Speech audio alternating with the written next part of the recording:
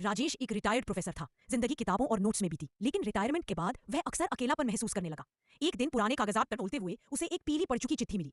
उस चिट्ठी पर तारीख 1978 लिखी थी और ऊपर लिखा था, जो ये पढ़े सावधान रहे। चिट्ठी का लेखक कोई एस नाम का व्यक्ति था। उसमें लिखा था कि उसने अपने दोस्त को एक गुप्त बात बताई थी, लेकिन उस राज के कारण उसकी जान खतरे में पड़ गई। आखिरी लाइन थी, अगर मैं जिंदा न रहूं तो मेरा सच उस कमरे की अलमारी के तीसरे खाने में मिलेगा। राजेश को यह बात अजीब लगी। वह जानता था कि 1978 में उसी कॉलेज में एक प्रोफेसर रहस्यमयी तरीके से गायब हो गया था। सबने मान लिया था कि वह विदेश चला गया, लेकिन यह चिट्ठी किसी और कहानी की तरफ इशारा कर रही थी। अगले दिन राजेश उसी कॉलेज पहुंच गया। पुरानी बिल्डिंग अब खंडहर बन चुकी थी। उसने अपने पुराने कमरे की अलमारी खोजी। तीसरे खाने में धूल से भरी एक डायरी मिली। डायरी में लिखे शब्द पढ़कर राजेश के पैरों तले जमीन खिसक गई। डायरी में लिखा था कि कॉलेज में कुछ सीनियर प्रोफेसरों का एक गुप्त समूह था। वे लोग रिसर्च फंड के नाम पर पैसा हड़पते थे और किसी को भनक न लगे इसलिए षड्यंत्र रचते रहते थे।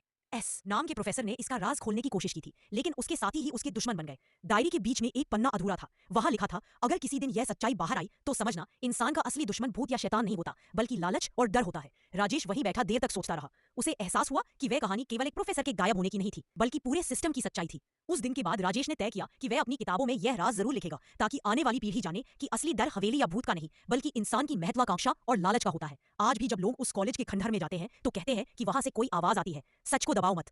वर